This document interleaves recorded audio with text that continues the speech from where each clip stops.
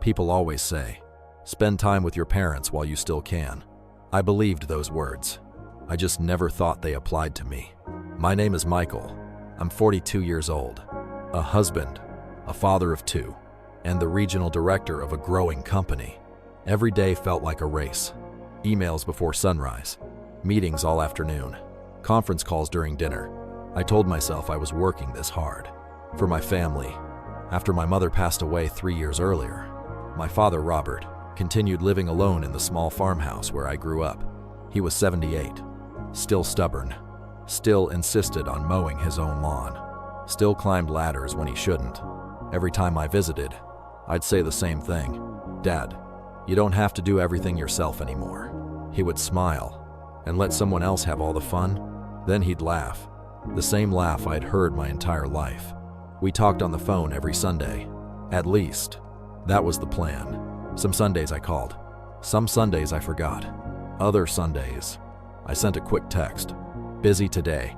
I'll call tomorrow. Love you. Tomorrow often became next week. Dad never complained. He always replied with the same message. Love you too, son. Stay busy doing good things. Looking back, I wish he had complained. Maybe then, I would have realized how much time was slipping away. One Thursday afternoon, I was in the middle of an important presentation. My phone vibrated 3 times. Dad. I glanced at the screen, then pressed decline. I'll call him after the meeting. I whispered to myself. The presentation lasted another hour. Then another meeting started. By the time I looked at my phone again, it was nearly 6 o'clock. I had forgotten to call back. As I was packing my laptop, an unfamiliar number appeared on the screen. I almost ignored it too. Hello? Is this Michael Thompson? Yes, my name is Karen. I'm your father's neighbor. Something in her voice made my stomach tighten. Is Dad all right? There was a long pause. He fell in the backyard this afternoon. My heart stopped. What? He was trimming the apple tree. He couldn't get back up. I gripped the phone tighter. How long was he there? Karen sighed softly. Nearly 4 hours. He kept saying, my son will call soon. The world around me went silent. 4 hours. He had been lying on the cold ground, believing I would call, and I never did. I drove to the hospital that night. Every red light felt unbearable. Every mile reminded me of another promise I'd broken. I'll visit next weekend. We'll go fishing soon. Let's have dinner next month. There was always another meeting, another deadline, another excuse. When I finally walked into his hospital room, Dad looked up and smiled. Not angry, not disappointed, just happy to see me. There you are, he said softly. I knew you'd come. I tried to smile. I'm sorry, Dad. He reached over and squeezed my hand. For what? You came. That simple sentence hurt more than any accusation ever could. At that moment, I had no idea that one decision made in that hospital room would completely change both of our lives. Dad's smile never faded, even with a bandaged arm and bruises across his face. He looked more worried about me than himself. You drove all the way here, he said. You must be exhausted. I laughed quietly. I should be the one asking how you are. He shrugged. I've had worse. That was Dad, always making difficult things sound small. A few minutes later, the doctor entered the room. He greeted us politely, then pulled me aside.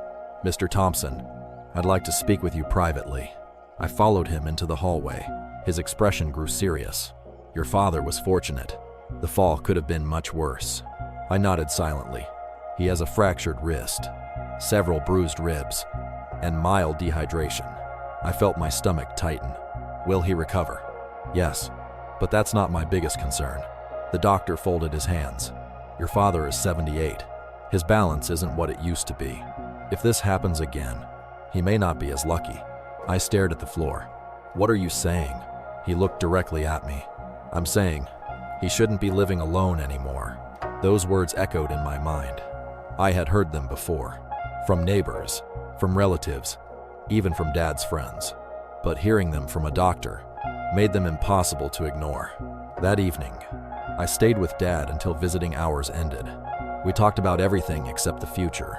Baseball, the weather, my kids, the old apple tree. Neither of us mentioned the fall again. As I prepared to leave, Dad smiled. "Don't worry about me. I'll be back home in a couple of days." I forced a smile. "Yeah, we'll see." On the drive home, I couldn't stop thinking. Dad's farmhouse sat nearly 2 hours away. He refused to hire help.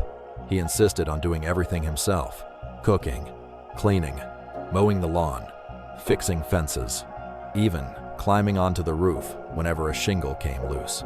He had always been independent, but independence was beginning to put his life at risk. When I walked through my front door, my wife, Sarah, immediately knew something was wrong. "How's your dad?" she asked softly. I sat down at the kitchen table. "The doctor says he can't live alone anymore." Sarah didn't answer right away. She simply reached across the table and held my hand. "What are you thinking?" "Isaiah, I don't know. There aren't many options." That night, neither of us slept much. We talked until nearly 2 in the morning. We considered everything: hiring a caregiver, moving closer to Dad, an assisted living community. Every option came with difficult questions. Finally, Sarah looked at me. "What if he lived here?" I looked up. "Our house?" She nodded. "We have the spare bedroom. The kids love their grandpa, and he shouldn't be alone." I stayed quiet. Part of me wanted to say yes immediately. Another part worried. Would Dad lose his independence? Would our routines change? Would the children understand? Could we really make it work? The next morning, I drove back to the hospital. Dad was sitting by the window, reading yesterday's newspaper. He smiled when he saw me. "I knew you'd come back." I pulled up a chair beside him. "Dad, we need to talk." He looked at me for a long moment, then quietly folded the newspaper. "I already know what you're going to say." I frowned. "You do?" He gave a small smile. "The doctor thinks I'm too old to live alone." I nodded. "He does." Dad stared out the window. For the first time in my life, he looked tired. Not physically, emotionally. After a long silence, he whispered, "I've lived in that house for 45 years. Every corner reminds me of your mother. I don't know if I'm ready to leave." I looked at him and realized this wasn't just about moving. It was about saying goodbye to the last place where he still felt close to the woman he loved. I had come prepared to convince him. Instead, for the first time, I understood why letting go would be so hard. Dad didn't answer immediately. He simply looked out the hospital window. The autumn leaves drifted quietly through the air. Finally, he spoke. "If I move in with you, I don't want to become a burden." Those words hit me harder than I expected. Abuden, the man who had spent his entire life carrying everyone else, was afraid someone might have to carry him. I leaned forward. "You could never be a burden to me." He smiled politely, but I wasn't sure he believed me.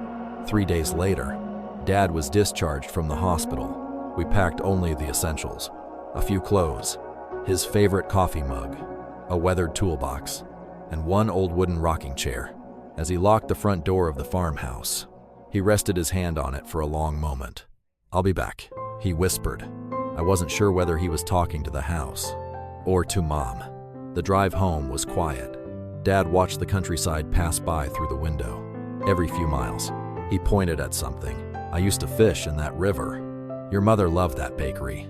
That's where you learned to ride your bike." Each place held a memory. Each mile took him farther away from them. When we arrived, my children ran outside. 8-year-old Emma hugged Grandpa first. "Took you long enough," she laughed. Dad smiled. "I guess I got lost." Then 10-year-old Noah helped carry his suitcase inside. "I cleaned your room," he proudly announced. Dad looked around. "My own room?" Sarah smiled. "We wanted you to feel at home." Dad's eyes filled with tears. He quickly looked away. "Thank you." The first evening felt surprisingly peaceful. We all sat around the dinner table together. Real conversations. No phones. No television. Dad told the kids stories about my childhood. "Did you know your dad once tried to build a treehouse and accidentally nailed his shoe to the floor?" Emma burst into laughter. "Dad, is that true?" Isaiah. "Unfortunately, yes." The entire table laughed. Ava May. It had been a long time since our family laughed like that. That night, as I walked past Dad's room, I noticed the light was still on. I knocked softly. "You okay?" He was sitting in the rocking chair, holding an old photograph of Mom. I couldn't sleep, he admitted. I sat beside him. Miss Hare? He nodded. Every day. After a long silence, he quietly added, I also miss my house. I understood. Even though he was surrounded by people who loved him, he was grieving. Not just Mom, but the life he'd left behind. The next morning, Dad was awake before everyone else. At exactly 5:30, by 6 o'clock, the smell of bacon filled the house. Pots clanged. Cabinets opened and closed. The old radio played country music louder than necessary. Emma stumbled into the kitchen, rubbing her eyes. Grandpa, it's still dark. Dad laughed. Morning starts when the coffee's ready. Within minutes, the whole house was awake. Sarah looked at me and smiled. This is going to take some getting used to. I laughed. I think you're right. Over the next few days, little differences began to appear. Dad folded towels differently. He watered the garden twice a day. He left lights on because he said the house felt too quiet. He insisted on washing every dish by hand, even though we had a dishwasher. At first, we all smiled about it, but slowly, those little habits started creating tension, especially for me. I had spent years building routines. Dad unknowingly changed all of them. One evening, I came home after a stressful day at work. The garage was open. Dot was on the ladder, trying to clean the gutters. My heart nearly stopped. Dad, what are you doing? He looked down and smiled. The leaves were piling up. I rushed over. You just got out of the hospital. I've done this for 40 years. He replied calmly. I know what I'm doing. I took a deep breath. No, you don't have to do everything anymore. His smile disappeared. For the first time, I saw frustration in his eyes. Then he quietly said something I would never forget. If I stop doing everything, what part of me is still useful? I didn't have an answer. And that single question would change the way I saw aging forever. Dad's question echoed in my mind. If I stop doing everything, what part of me is still useful? I didn't answer, because I couldn't. On the drive to work the next morning, those words followed me. For my entire life, Dad had been the one fixing things, building things, protecting people, providing for our family. Now, I was asking him to stop doing all of it. Without realizing, I had also taken away the things that made him feel needed. Over the next few weeks, life settled into a new routine. Dad helped make breakfast every morning, walked Emma to the school bus, watered Sarah's flowers, fed our golden retriever, Max. They were small jobs, but I noticed something. Whenever someone thanked him, his face lit up. He still wanted to contribute. Not because he had to, because it gave him purpose. One Friday evening, I came home exhausted after another difficult day. The living room was a disaster. Toys everywhere. The dog had tracked mud across the floor. Dad was sitting on the couch, telling Emma and Nut. It was the same story he'd told at least 5 times that month. About the old fishing trip when I was 12. Emma listened politely. Noah quietly sighed. I finally lost my patience. Dad, I think the kids already know this one. The room became silent. Dad looked down at his hands. Oh, I guess they do. His smile disappeared. For the first time since moving in, he quietly stood up. I'll let you all have your evening. Then he slowly walked to his room, closing the door behind him. Sarah looked at me. You didn't have to say that. I rubbed my forehead. I know. I'm just tired. She answered gently. So is he. Those 3 words stayed with me all night. The next afternoon, Emma found me working in the garage. Daddy, can I ask you something? Of course. She looked toward Grandpa's room. Is Grandpa going to leave? I frowned. What makes you think that? She hesitated. He looked really sad yesterday. We just had a little disagreement. Emma was quiet for a moment. Then she asked the question that completely changed me. When Grandpa gets older, will you send him away? My heart stopped. No. Why would you ask that? She looked down at her shoes. Because one day, you'll be old too, and I'll learn how to treat old people. By watching you, I couldn't speak. Children don't always listen to what we say. They watch what we do. At that moment, I realized my daughter wasn't just watching how I treated Grandpa. She was learning how to treat me someday. That evening, I knocked softly on Dad's bedroom door. Come in. He was sitting in the rocking chair, reading an old photo album. I sat beside him. "I'm sorry." He looked at me. "For what?" "For making you feel like your stories don't matter." Dad smiled faintly. "It's all right. I suppose I do repeat myself." I shook my head. "No, the problem wasn't your stories. It was that I stopped listening." For a long moment, neither of us spoke. Then Dad quietly laughed. "You know, when you were 6 years old, you asked me why the sky was blue every single day for nearly 2 months. I smiled. "Really?" He nodded. "And every day?" I answered like it was the first time. I laughed through tears. "I guess you did." He placed a hand on my shoulder. "That's what parents do. We answer with love, even when the questions never change." At that moment, I understood something I should have realized years ago. Growing old wasn't making my father difficult. It was simply his turn to need the same patience he had once given me. And from that day on, I promised myself I would never let him feel like he was no longer important. But I had no idea the greatest sacrifice he had ever made for me was still a secret waiting to be discovered. After our conversation, something changed between us. Not overnight, but little by little. Instead of trying to protect Dad from doing everything, I started inviting him to help. We planted vegetables together. He showed Noah how to sharpen garden tools safely. He taught Emma how to make pancakes from scratch. The house felt different, warmer, louder, more alive. I hadn't realized how much wisdom had moved in with him. One Saturday morning, Dad asked, "Would you drive me to the old farmhouse?" I looked at him. "Sure." "What for?" He smiled. "I forgot something." It wasn't until we arrived that I realized what he meant. He slowly walked through every room, running his hand along the walls, stopping at the kitchen window, standing quietly in the backyard, as if he were saying goodbye. One last time, before we left, he walked into the old garage. Most of the shelves were empty now, but one dusty wooden cabinet remained. Dad unlocked it with a small brass key. Inside were dozens of old notebooks, receipts, letters, photo albums, and one worn leather journal. He picked it up carefully.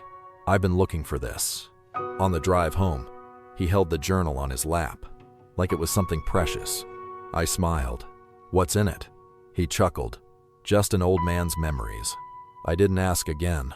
Some things people share only when they're ready. A few nights later, Dad went to bed early.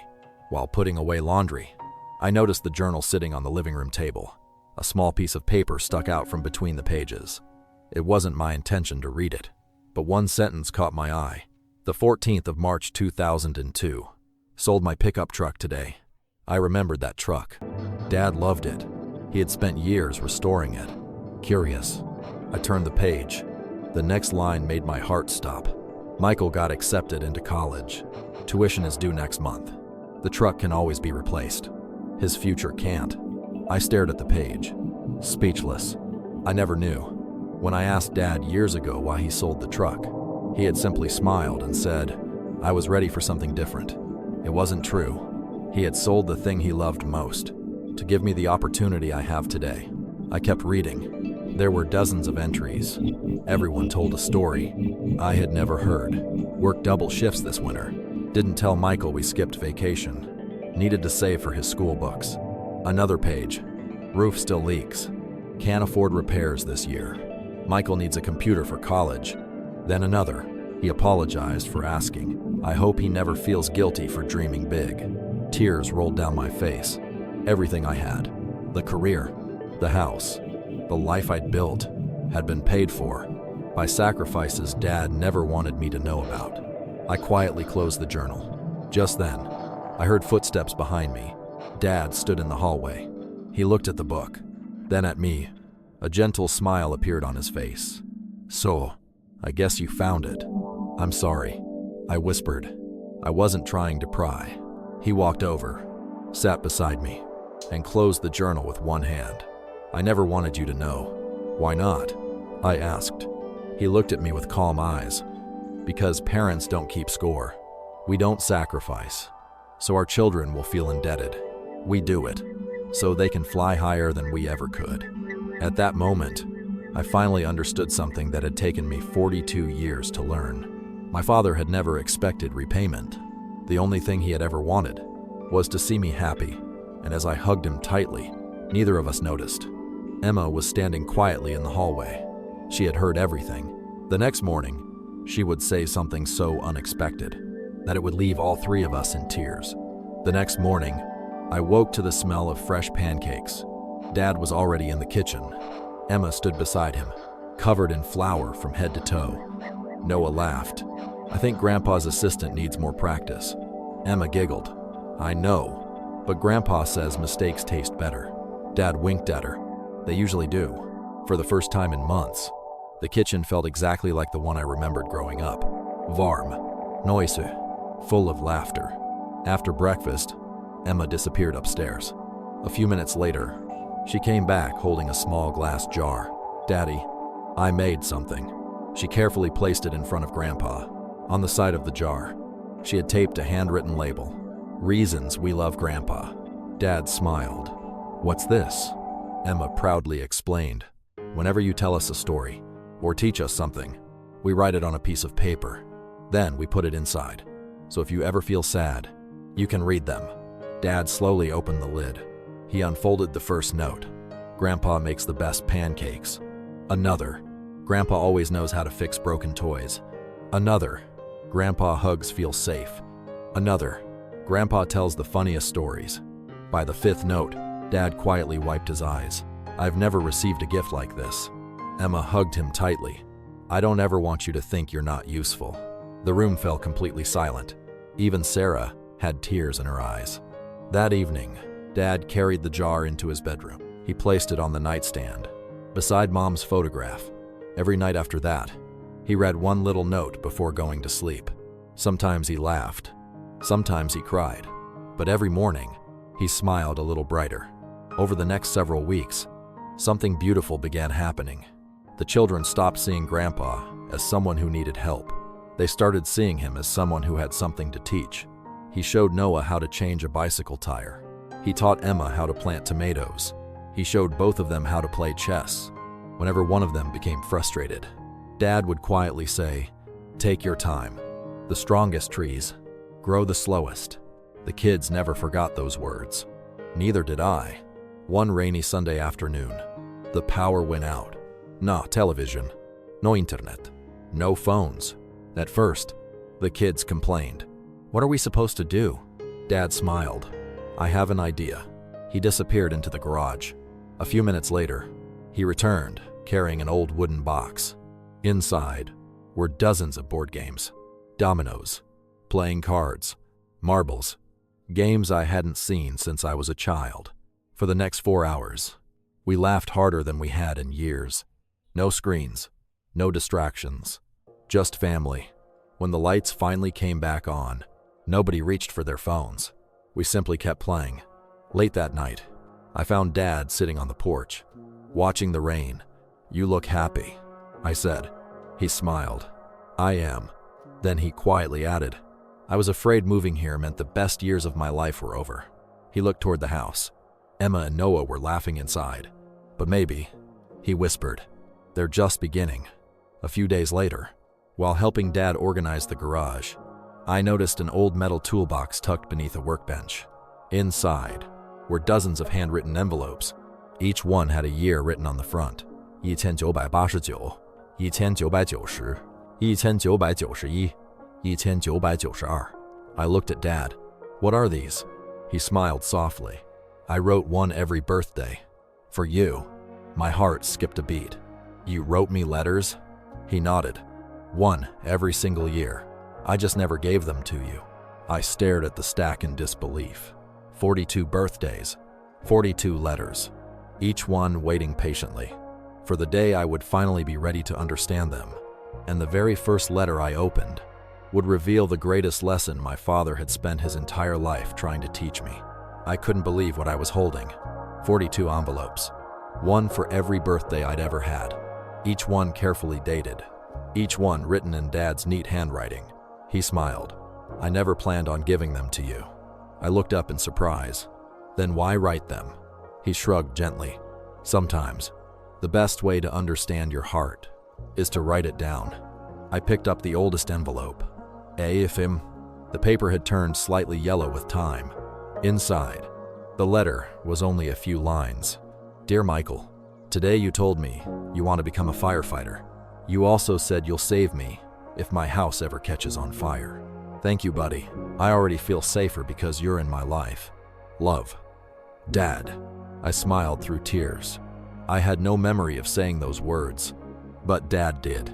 He remembered things I had forgotten decades ago. The next envelope was marked. Today you struck out during the championship game. You cried all the way home. I wanted to tell you something then.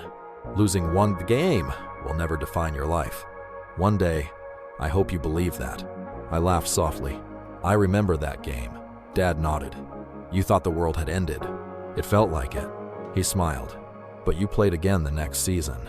That's what mattered. I opened more letters. Sixten. You argued with me today. I know you think I don't understand you. Maybe I don't, but I'll never stop trying. Today, you left for college. Your mother cried after you drove away. I did too. I just waited until she wasn't looking. My vision blurred. I had never seen Dad cry, not once. Yet, here it was, written in his own words. Then I reached the envelope marked. It had been the year I got married. Today, I watched you become someone's husband. I couldn't be prouder. But I hope you remember something. Never let success make you too busy for the people waiting at home. Work can replace your position. Family can never replace you. I froze. Those words landed differently now. For years, I had missed birthdays, canceled family dinners, skipped vacations, always believing, I'll make up for it later. Dad had seen that happening, long before I did. I quietly folded the letter. Dad, why didn't you ever tell me these things? He looked toward the backyard. Because advice is easy to ignore. But life has a way of making people ready to hear it. That evening, I sat alone in my office. The letters spread across my desk. Every page told the same story. Not of a perfect father, but of a man who loved his son enough to keep believing in him, even on the days I didn't believe in myself. The next morning, before leaving for work, I did something I hadn't done in years. I turned off my phone, canceled 2 meetings, and took the day off. Sarah looked surprised. No office today? I smiled. No, today belongs to my family. Dad looked up from his coffee. You don't have to do that. I laughed. I know. I want to. His smile said everything. We spent the entire day together, fishing at the old lake, eating sandwiches on the dock, watching Emma and Noah skip stones across the water. For the first time in years, I wasn't thinking about deadlines or emails or promotion. I was simply present. As the sun began to set, Dad quietly said, You know, this is all I've ever wanted. I looked at him. What is? He smiled. Not your success, not your money, just one ordinary day with my family. I realized then, the moments we call ordinary often become the memories we treasure most. But none of us knew that this beautiful day together would be the last fishing trip my father would ever take. And a week later, one unexpected doctor's appointment would change everything once again. A week after our fishing trip, Dad asked me a strange question. Michael, what day is it? I looked up from my coffee. Tuesday. He smiled. No, what day is it for me? I frowned. What do you mean? He looked out the kitchen window. I don't know. I just feel like my clock is ticking louder. His words stayed with me all morning. That afternoon, Dad had a routine checkup with his doctor. Nothing serious. Just another follow-up after his fall. Or so we thought. Sarah drove with us. The children stayed at school. The waiting room was unusually quiet. Dad joked with the receptionist. He laughed with a little boy playing nearby. You would never guess. Anything was wrong. An hour later, the doctor invited us into his office. He closed the door gently, then folded his hands. I've reviewed your father's latest tests. Dad smiled. Am I still as handsome as ever? The doctor laughed softly. I'm afraid I only look at medical results. The room grew quiet. There are signs. that your heart has become much weaker. Dad remained calm. How much weaker? The doctor hesitated. Enough that we need to prepare. No one spoke. Then came the sentence. I will never forget. We can't predict exactly how much time remains, but I would focus less on years and more on moments. The drive home felt completely different from every drive before. No radio, no conversation, only silence. Halfway home, Dad finally spoke. You know, I've had a good life. I gripped the steering wheel. Don't talk like that. He smiled. I'm not giving up. I'm just telling the truth. Then he looked at me. My biggest fear isn't dying. It's leaving before you've learned what really matters. That evening, I sat alone in my office. My laptop was open, 37 unread emails, 3 missed calls, 2 upcoming business trips. For years, I believed my job couldn't survive without me. Then I looked toward the living room. Dad was teaching Emma how to play chess. Both of them were laughing, and I realized life wasn't happening inside my inbox. It was happening right there. The next morning, I walked into my manager's office. I need some time off. He looked surprised. You've never asked before. I know. Is everything okay? I smiled sadly. My father needs me. Without another question, he nodded. Go. Work will still be here. Those simple words felt like permission to choose my family. Over the following weeks, everything slowed down.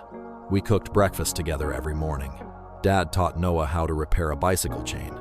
He showed Emma how to whittle tiny wooden animals. Sarah secretly wrote down all of Dad's old recipes. Every evening, we ate dinner at the same table. No phones, not television, just conversation, just family. One Sunday, Dad asked if we could visit the cemetery. We brought fresh flowers. He knelt beside Mom's headstone, smiled softly, then whispered, I'll be with you someday. I looked away, trying to hide my tears. When we returned to the car, Dad reached into his jacket pocket. He handed me a small brass key. I want you to have this. What is it for? He smiled. The old cedar chest in the attic. I've been saving it for the right time. That night, after Dad went to bed, I climbed into the attic. The cedar chest sat exactly where I remembered from childhood. Dust covered the lid. My hands trembled as I unlocked it. Inside were hundreds of photographs. Mom's wedding dress, Dad's military medals, my first pair of baby shoes, and at the very bottom, a large envelope. Across the front, in Dad's handwriting, were 7 words that stopped me cold. Open after our last conversation together. I stared at the envelope for a long time. Somehow, deep inside, I knew that conversation was coming much sooner than I wanted to believe. I couldn't sleep that night. The envelope rested on the table beside me. Across the front, Dad had written, Open after our last conversation together. I wanted to read it, but something inside me whispered, Not yet. So I put it back into the cedar chest. Some letters. Need time to become true. Over the next month, Dad grew weaker. He tired more easily. Long walks became short ones. The rocking chair on the front porch became his favorite place. Every evening, he sat there watching the sunset. Emma and Noah always joined him. Sometimes they talked, sometimes they didn't. They simply sat together, watching another beautiful day come to an end. One afternoon, Dad called me outside. Michael, I need one favor. Anything. He smiled. When I'm gone, don't sell this porch.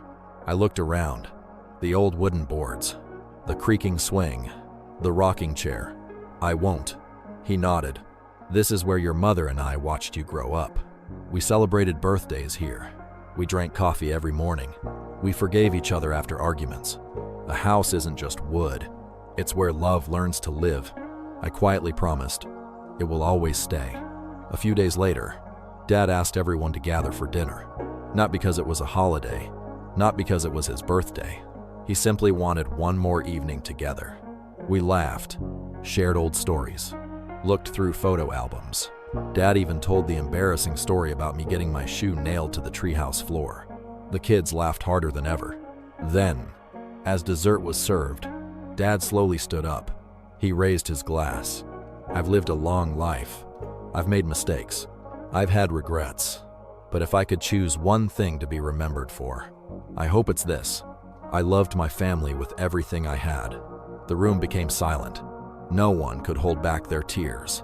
2 mornings later, I heard Sarah calling my name. I ran upstairs. Dad was resting peacefully in his bed. The morning sunlight shone across his face. He looked completely at peace. His hand still rested on the family photograph beside him. Sometime during the night, he had quietly gone home. After the funeral, I climbed back into the attic, opened the cedar chest, and finally unfolded the last letter. My dear Michael, if you're reading this, then we've already had our last conversation. Don't waste your tears wishing for one more. Instead, think about every conversation we were lucky enough to have. Life isn't measured by how long we stay. It's measured by how deeply we love. Thank you for bringing me into your home. You didn't just give me a place to live. You gave me the greatest gift an old father could ever receive. I got to watch my grandchildren grow. I got to laugh around the dinner table again. I got to feel useful. I got to be your dad. One more time. And that was enough. There was one final page, written in larger letters, almost like Dad wanted to make sure I would never forget. Children never stop needing their parents. Parents never stop loving their children. So don't wait to make time for the people you love. I held the letter against my chest and cried, not because I had lost my father, but because I had been blessed with one who taught me what truly matters. A year later, the porch was still there. Every Sunday, our family gathered in the rocking chairs. No phones, no laptops, no excuse, just conversation, just laughter, just time together. Emma still kept the jar labeled, "Reasons We Love Grandpa." Every birthday, we added one more note, not because Grandpa could read them anymore, but because remembering someone is another way of loving them. If your parents are still alive, call them today, visit them, listen to their stories. Even if you've heard them 100 times, one day, you'll wish you could hear them just one more time, because the greatest inheritance parents leave behind isn't money, it isn't a house, it isn't possessions. It's the love they quietly gave us every single day.